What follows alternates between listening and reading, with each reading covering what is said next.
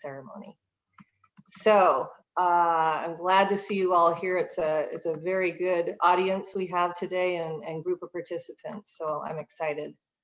You know, this past year has revealed some frustrating inequities in our systems and society, and both nationally and locally, all the while catalyzing a greater awareness of these issues and a concerted desire for change.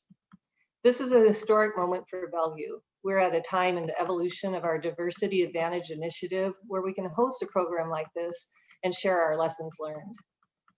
Because after years of work, we now have the right contacts and connections within the community to offer some expert, informative, and action-oriented content as we continue our work to gain more trust in all our communities and to bring the right people together for positive action and change where it's most needed.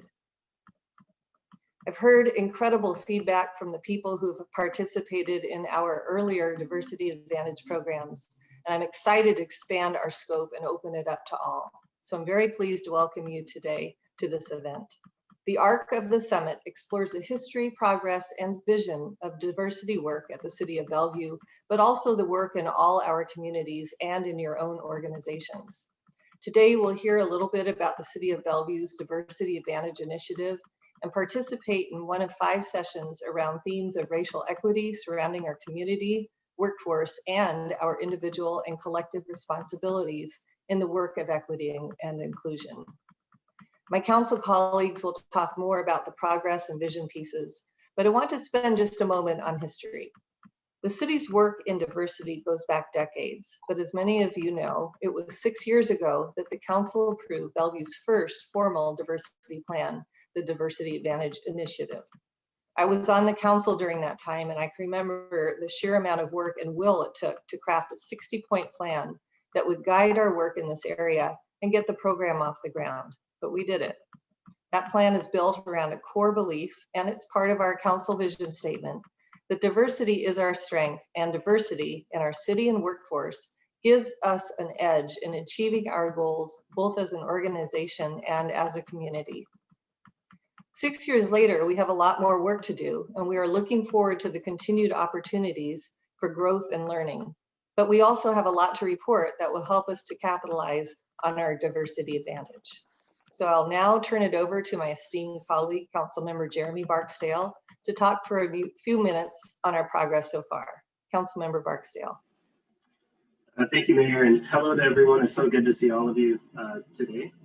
Recent events at our nation's capital illustrate just how important it is that we make progress on diversity, equity, and inclusion in our country. And as the Mayor mentioned, while we have a lot of work yet to do, at the city, we've made progress over the years in what we know as an organization and in our approaches to diversity, equity, and inclusion. The City of Bellevue has been at this work for more than 2 decades, starting from a simple desire to celebrate cultural diversity and do right by everyone in our community, acknowledging that our diversity is our strength. And with the help of and informed by community stakeholders, we have listened and put into place some of the concepts that will best support our diverse community and workforce. Now, while we may all represent different organizations or groups, we are on this collective journey.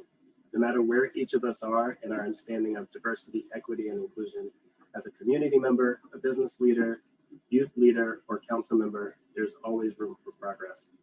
So during the summit, you'll get an inside look at Bellevue's evolution and strategies, many of which are informed by community needs.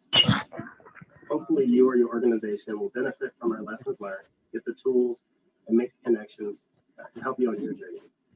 My colleague, Councilmember Janice will now talk about where we're headed and how what we all do today can help us personally and collectively achieve our shared vision of diversity, equity, and inclusion. Well, thank you, Councilmember Barksdale, and welcome. I see 253 participants. That's amazing for Friday afternoon. I'm so excited to see that so many of us are here in this important and timely summit. You know, each and every one of us has a role and must do this work together to shape and create the equitable and inclusive future that we want to have.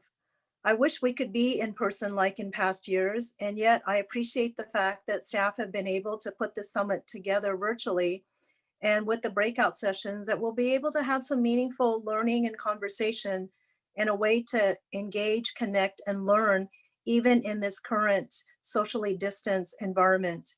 These sessions we've planned for this afternoon will hopefully be meaningful to you as a time of collective knowledge sharing and inspiration as we do this important and really uncomfortable work together to advance equity in all its forms, and especially the toughest one around racial equity and social justice. As my fellow council members have shared, last year and this year as well, we've seen a lot of the racial inequities lived out in living color. So this past year has been unlike any other. We've faced multiple crises that have impacted the health and well-being of our community, and especially our traditionally underserved populations, from the devastating effects of both the pandemic, the health disparities from that, as well as the economic and the social injustice and civic unrest that's a byproduct of our institutional and systemic racism. As you may know, the Seattle King County Board of Health declared racism as a public health crisis. Our vision could not be clearer that now is the time to address the very real inequities and harm in our communities that 2020 has daylighted and highlighted. So as we begin 2021, we must commit to that equitable and inclusive future and be very, very intentional in our decision-making and our policies that move us towards that vision for the future. Even when it's going to get uncomfortable and challenging. So to that end, our Bellevue City Council vision statement starts with recognizing and valuing the range of diversity we have in our community. More than half of our community are non-white, and I believe 40% were born in a country outside of the United States. So we have a range of diversity in our community in race, ethnicity, gender identity, disability, and socioeconomic class. We also have specific focus areas in our strategy for multicultural programming, which we built into our 2021-2022 biennial budget, including establishing a Communities of Color coordinating team for the very first time, advancing the concept of a cross-cultural center that's been many years in the making, and continual council support to update our goals and actions in our Diversity Advantage plan. We're committed to support those most affected by the current pandemic and the racial and social inequities. We value, embrace, and celebrate the diversity in our community, and we believe a livable and thriving city is one that fosters a welcoming, equitable place for all people to live, work, and visit. The events of the last year is a real call to action to further that vision as a community, as a region, as a country, and we're all going to do this together. So the 253 of us that are on this summit, this is our call to action. This is our time. And our commitment as a city is that we will continue to be responsible and listen to our community, understand the root causes of what's not working, and then making decisions and adopting policies to address them. And we'll need the community-based organizations, so many of you that are on this call and summit, and our community voices working hand in hand to evolve our understanding towards that just, equitable, and thriving community. Many of the sessions today will talk about how leveraging partnerships are key to achieving our vision. I think all of us can agree that collaboration is key. So in closing, thank you for being here, engaging and learning and being a partner with us so that together we can make meaningful progress towards that vision, and enjoy the summit. Thank you.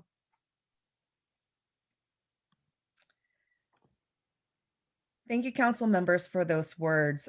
Before we get to the plans progress update, which is the next part of our program today, I'd like to transition to Diversity Advantage Initiative from even before the plan in 2014 was adopted, and to be able to tell that story of the beginning of this work to that plan adoption that the mayor was referencing to to really where we want to be, where we want to be as an organization, where we want to be as public servants to our community. The video that we'll be previewing was created to be a snapshot of the journey. But if you would like to hold on to one thing from today's summit, I ask that it is this message, and Councilmember Zahn was talking about, is that this message that we cannot do this work, nor should we even attempt to do this work on our own. The resources around us, the input of our community members, for those of you in the private sector, your end users, and of course, these are all parts of the ecosystem that we must take into consideration. And of course, as part of that, the diverse perspectives and experiences that we must center in as we look at how can we be different? How can we do better? Once upon a time, this was okay to just say that, it's a business prerogative to think about diversity, equity, and inclusion. And the more that we've seen in the past years, we're really seeing it as a moral obligation on top of everything else. And so with that, I will let you view the video, and we'll have continued conversations within the facilitated breakout sessions about what that might mean for each and every one of us, as well as for the work that we're doing for the organizations and memberships that we represent today. Bellevue welcomes the world. Our diversity is our strength. We embrace the future while respecting our past.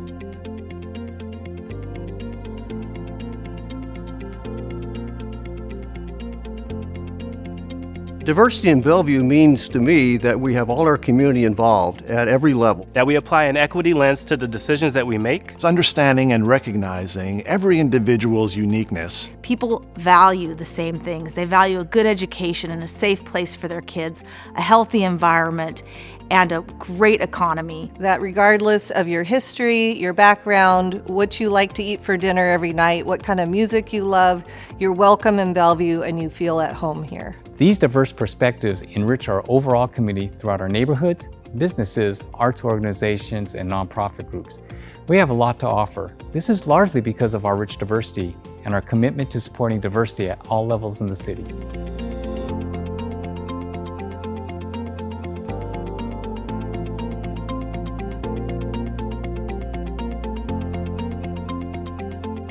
It was really looking at ways in which we could address as government processes and policies, first and foremost, that we could improve on to ensure that folks that didn't always either interact with government, have access to government, and even a lot of the work that I do on the internal component, the workforce, how we're doing our hiring and recruitment, our procurement processes, that we were really looking at that with an equity lens.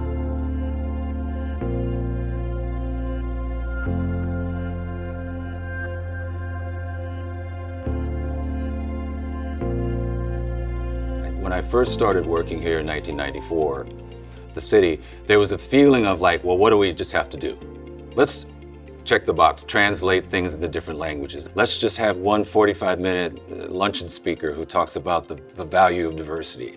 But people weren't looking inward to really do some self-analysis. We didn't even talk about the word equity in that time. We didn't even talk about inclusion. So the most we talked about was diversity, and it was often couched in the word of cultural diversity. And it became patently clear with the different demographics that we had going on in the community and society in general. We really needed to take the 93 plan and update it and refocus it to more contemporary themes. Just the fact that we're willing to look at the issues differently, that we're becoming more comfortable with talking about race issues and addressing equity and how the system has failed some of our children, working together to say our vulnerable populations need protecting, and how are we going to protect them?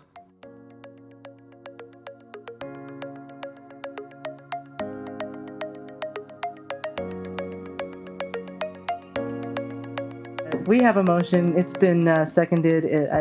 There's a lot of support up here, so let's take a vote. All those in favor of adopting Resolution 8856 as amended, please signify by saying aye. Aye. Any opposed? Motion carries unanimously. Congratulations to everybody who worked on this. Thank you. I'll allow a little bit of applause on that. That's worthwhile. Fundamentally, the support from leadership, the direction from council, the adoption of a formal plan, the structure of hiring staff to do this work, to prod departments to do this work was essential. We couldn't move forward without it. While there were certain conversations happening about the diversity in the community, about immigrants and refugees, it wasn't happening consistently, and it wasn't very well integrated. There didn't seem to be a strategy behind it. And so that's something that really has changed since the Diversity Advantage Initiative was voted on by council and enacted, to be able to really operationalize some of those values and beliefs that the city has. The city has always been very focused on neighborhood-centric. So with that platform, we actually went out and had dozens of small group discussions about issues. And that's where we got the content for the plan and where we feel that the plan was more reflective, way more reflective of how the community at large was feeling about these issues. It was amazing because it's a 60-point plan. So in some regards, it was really overwhelming, but it also gave us tremendous latitude around the different directions that we could go in and really hone in on what the community was interested in taking on.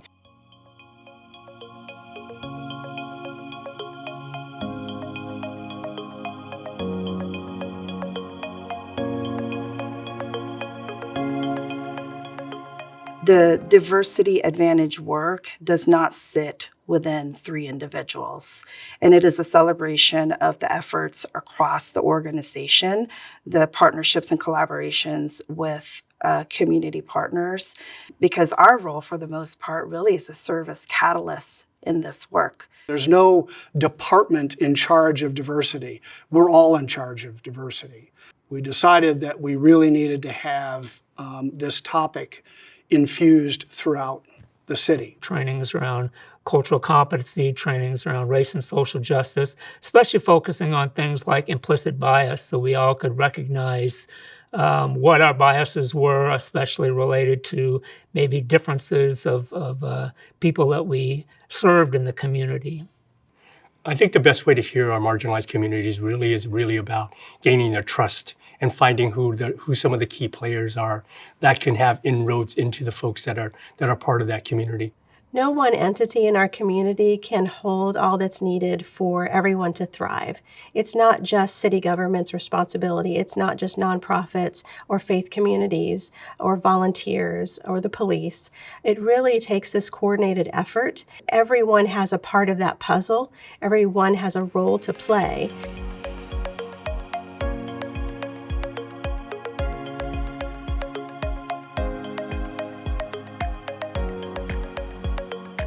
We really get to create programs and events as well as lead some of the community-facing efforts to increase access and inclusion within the city. So we have signature programs such as the MLK celebrations, Welcoming Week, and then here and there we also do other programs that are really just as a way to celebrate, educate, and bring people together to learn more from each other and find commonality in our city with their own culture. Well, listening is always the key. We don't often listen to people or listen to each other just speaking. So when you take the time to listen, there is so much that you will learn. One of the major programs that I have been involved with has been cultural conversations.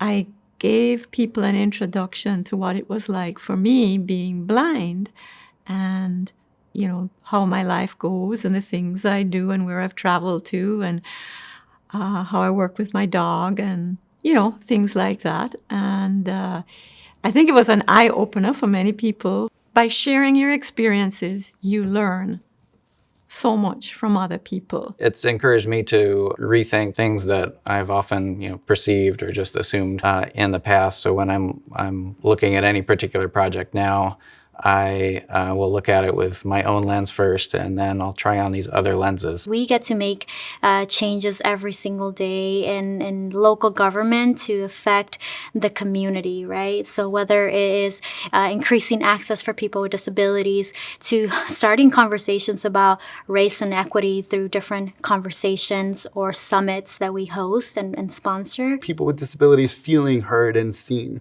Really practical examples are things like sidewalks and curb cuts being accessible, wheelchair charging stations, hearing loops being installed here at City Hall and throughout community centers here at the city. Courageous conversations is something I've seen here in the city of Bellevue. It takes a leader that is not afraid to, number one, say, this is what we're going to do. So I applaud the city of Bellevue for actually going and being intentional about those conversations.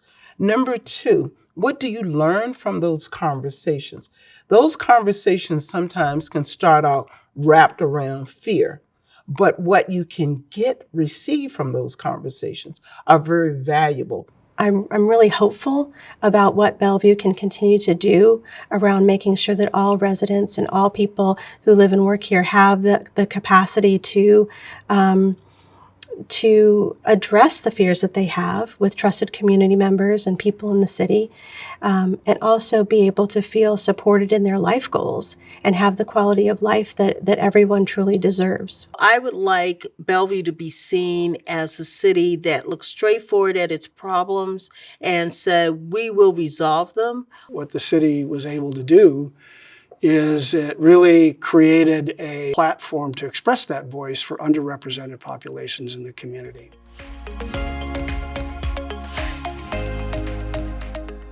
Diversity is not just a blanket statement of we see differences and we value differences, but that we are going to do right by everybody. That those who have traditionally not had access to government, that we will centralize individuals who haven't felt that they've been able to have that opportunity. I came to the city of Bellevue because of the Diversity Advantage Initiative, because kind of they move beyond that conversation of compliance and of following the law, and really asking the question of the law as a starting point, both in ADA and in Title VI, and moving beyond that to how do we get to equity. And that's the exciting thing, I think, both for the community and internally, is that we're really having conversations about, okay, we've met that basic compliance, now what more can we do? I hope that the world sees as Bellevue and as leading some of this work, as leading the charge for equity, as leading the charge for becoming a more inclusive city. If we can be leaders and if we can have really from our leadership that charge of we appreciate, we welcome, we want diverse communities to thrive, that's going to be what I would want other people to see from Bellevue. If we can create something here in Bellevue, it can be spread to Redmond and Kirkland and to Seattle and everywhere else. I think that that's what's really motivating to me. Diversity plan is just another way of saying, who do we want to be as a community that is fair and just? And how do we get there together? I love that the plan is a plan that holds us accountable to become the community that we want to be. And that's powerful. What I've seen is that when people are really willing to work together and really focus on the agenda, I have seen movement and changes that are unbelievable. I'm at my most hopeful stage.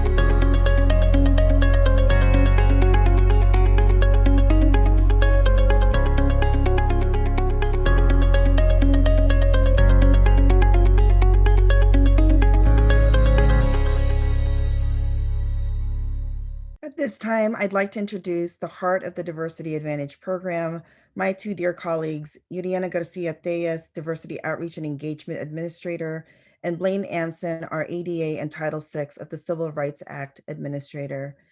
We know that our audience today is across different institutions and areas of practice. So in the progress update, what you will hear is identification of best practices, Bellevue's journey, and what we've learned through that, and also what our next steps will be.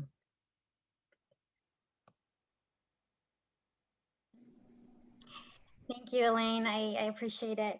Well, I hope you all really got a lot from the video and really shows a snippet of some of the vision that we had within the Diversity Advantage initiative.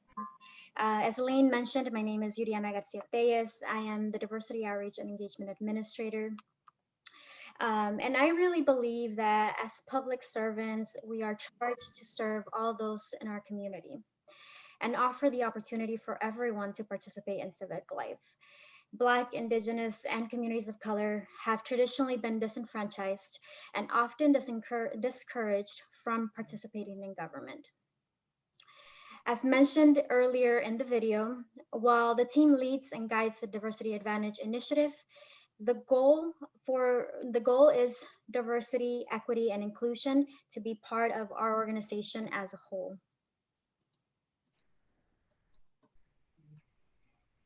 One of the main components through the 60 recommendations of the Diversity Advantage Initiative is the desire to have equitable civic engagement. The foundation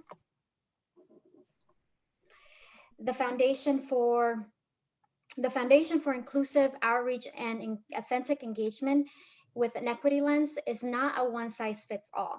We've heard this from the community. Additionally, the best practices provides us with an opportunity to question who is at the table, who is at the table, and who is not at the table, and why are they not at the table. From lessons learned from the 6 years of the Diversity Advantage Initiative, we know that the work begins with building authentic relationships in the community, building trust, and empowering communities to see themselves as part of the solutions. The solutions come with first being able to identify the barriers to access that have institutionally been placed and working together to remove them. As organizations, we know that transformational change has one critical step, which is investing in equity, access, and inclusion. When we are able to invest in equity, access, and inclusion and provide organizational tools, that will be the key to success. Last, if 2020 taught us one of the important lessons we need to know is the ability to be adaptable in times of urgency and times of turmoil. Having a plan in place and the experts in the room matters. Where we're at today, within the Bellevue Diversity Advantage Initiative, listening to the voices of the community has become critical in our journey. We do this through various different ways, including one of the important features that we had in 2018, the cross-cultural programming public outreach study, which identified the different barriers that exist in the community in order to participate civically in everything that we do. Additional to that, we have boards and commissions who we have increased our outreach to make sure that they are diverse and then leads them to really be engaged in the decision making. It also takes equitable communications and outreach, including language access tools and thinking about our disability community. But we can't do this alone. The impact really happens through partnerships. These partnerships have been proven to really be effective when we all come to the table. Just as a quick example, during the COVID-19 global pandemic, we saw many different departments, including emergency management, human services, economic development, the diversity team, the city manager's office, really come together to identify the areas where we would need to activate. Not only that, but we partnered with community organizations that would be able to be the trusted voice in the community to deliver effective services. In addition to that, we've seen nationally over the last couple of years turmoil and really a lot of our communities who are afraid. Specifically, our community is made up of a large immigrant and refugee population. The large immigrant and refugee populations, we work together with places like Bellevue School District, Eastside for All, and a group called Safe Haven, where we really tackle on the different issues that are affecting our immigrant and refugee communities, providing family and youth support services, as well as supporting small businesses and contracting. As mentioned also in the video, we do have a yearly slate of signature programs, including MLK Anniversary every year. That includes a health fair and a keynote, as well as partnerships and providing sponsorship to organizations who are doing their own programs, but maybe need more support in the opportunities that they are seeking. We want to continue our commitment to the community in the next couple of years and the years to come. We need to really look at this journey of addressing challenges affecting Black, Indigenous, and communities of color, looking at racial equity and looking at how, as organizations, we can be leaders in this movement. We need to look at ongoing learning opportunities for inclusive engagement and outreach to make sure that, as mentioned earlier, we have folks at the table. We know that that's important. We know that representation matters. And when we have folks at the table co-creating some of the opportunities that we are providing for them, they are more effective. Lastly, recognizing that as a community changes, we also must change with it. So in this last year, I'm proud to say that our City Council did approve funds for the Bellevue Center's Communities of Color Initiative, the cross-cultural feasibility study, as well as cultural liaisons to come. I will now hand it off to my amazing colleague, Blaine Anson. Thank you, Juliana. And I'm going to talk to you today about looking at organizational change. In order for equity to be truly at the heart of internal organizational change, there are a few elements that seem to be key to the journey. Whether we're speaking of nonprofit, a government entity, a faith-based organization, or a for-profit business. The first is shared commitment and understanding of the purpose and the vision. The second element is really thinking about and asking ourselves the questions of who's being centered and who is not considered in policy and process or practice. This equity lens is something that takes practice, but the idea really centers on not just asking who's not at the table, but who is the table made for? These concepts of shared commitment and alignment of purpose, of centering the most marginalized among us to serve all of us, can come into focus and start to create a positive organizational change when we have training to teach the concepts and spread their importance. In turn, the training helps staff, regardless of the type of organization, to meet the needs of the community or the consumer you serve in a responsive way, making them feel seen, heard, and understood. Lastly, but certainly not least, hiring for equity. This means not just hiring the best person for the job, regardless of identity, but rather lived experience, background, and identities are part of what informs their knowledge base and brings valued perspective into an organization or business. These diverse backgrounds enrich the overall organizational culture, and in the case of Bellevue, help to ensure the demographics of our workforce start to better align with the diverse demographics of the community we serve. And as the very tail end of that bullet point says, it's not enough to just hire a diverse workforce, Retaining that diverse workforce requires that you create an environment of belonging, an organizational culture where every person feels as if they themselves in the work, and where creating an environment of fairness and equity is the responsibility of any organization. Next slide, please. Now that we've talked a little bit about some of the elements more broadly, I'd like to talk to you a little bit about what they look like at the city. As Elaine said in that video, we began with this afternoon, This work does not just sit with the 3 individuals as sole drivers. However, we do serve as resources to departments and groups throughout the city as they strive to center equity in their work. Similarly, diversity liaisons, of which every department has at least one, serve as champions of the work and conduits of the progress back to the city manager's office. The ADA core team, an interdepartmental team of subject matter experts on accessibility, is another example of the kind of interdepartmental alignment. The last piece that I would like to highlight for you today, where we see this commitment to the vision, is the fact that the leadership team at the city has, as part of their performance goals, a commitment to diversity, equity, and inclusion. As we talk about putting equity at the center of the work, this journey is never really done. But we see this effort throughout the city's work in departmental work plans, which incorporate a range of topics from disability and language access to community risk assessments done by fire department using an equity lens, to setting and hitting training and professional development benchmarks. Through all of this, we aim to ensure that our decisions are data informed, answering that question, what or who are we missing by not looking at the data?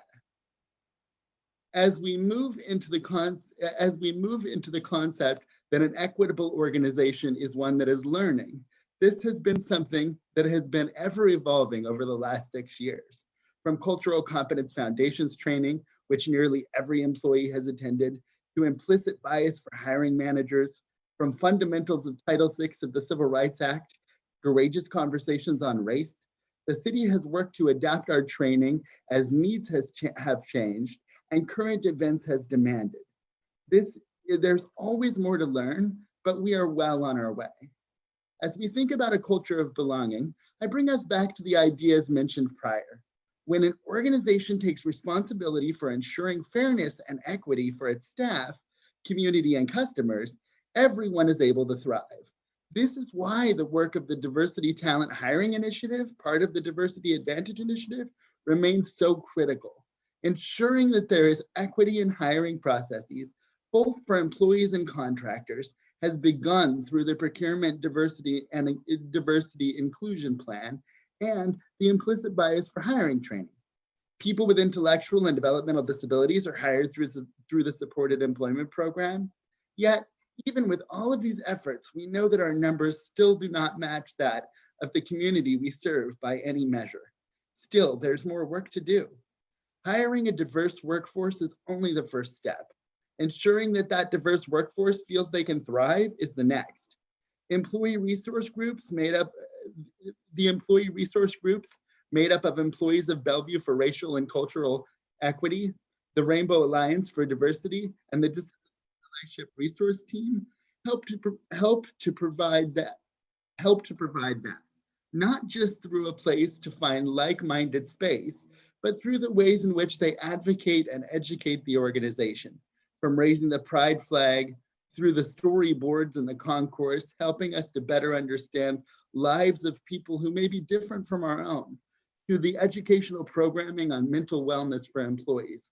All of this works to make the organization feel more inclusive. Next slide, please. Now that we've talked a little bit about, I'm sorry. One moment. As we think about our continued growth and future focus as an organization, we recognize that the work of equity is an iterative process, one that requires us to be agile into the future. Just as so much has changed about our world in just this year, requiring us to be adaptive, to adapt our response, the future is likely to require that same level of agility, both internally and externally. With so many of the worst impacts of our current events hitting our communities of color the hardest, this will require us to critically examine many aspects of our understanding around equity, and specifically through a racial justice lens. In order for us to do that analysis, it will also be important that we think critically about the training needs of our staff, ensuring that they are equipped with the tools that they will need, not just to understand the emerging needs of the community, but how to meet those needs in an effective and responsive manner. Lastly, the diversity, equity, and inclusion dashboards, which have gained in use in many spheres, but which the city has been working with and continue to refine over the years, remain one of the most primary tools that we use to determine efficacy of our processes. To put it bluntly, it helps us to understand through the data if we're walking our talk. Thank you. Thanks so much, Blaine and Yuriana. And I know our audience, again, I think we keep increasing. We're 260 plus strong right now. Hopefully in listening to these words, I know I'll personalize it, again, just from the events of this week, different emotions. But I think at the end of the day, the feeling of the sense of commitment, recommitment to this work. And just wanted to frame that under how proud we are of the summit breakout sessions that we've got, the different themes that we curated as part of the committee for the summit really had you in mind. You, my fellow peer that is working and moving the organization along, you, the director or manager, thinking about what about diversity, equity, and inclusion, anti-racism, racial equity do I need to know about?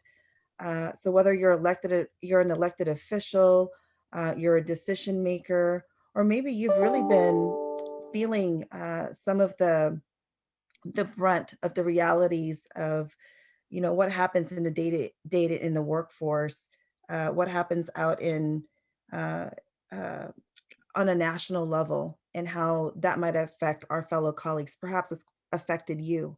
So hopefully we have a little bit of something for each and every one of you in these sessions. If you had a really hard time picking sessions today during registration, then we've done a great job at making sure that these were relevant themes. But I'll talk a little bit about, we have a few minutes here before we exit you out. You will have a 10-minute break to stretch and do what you need to do before the summit session breakouts happen. But we're really proud of being able to host our facilitators, Christina, Samir James, and Dante James for session 1, which is racial equity, a North Star for decision makers.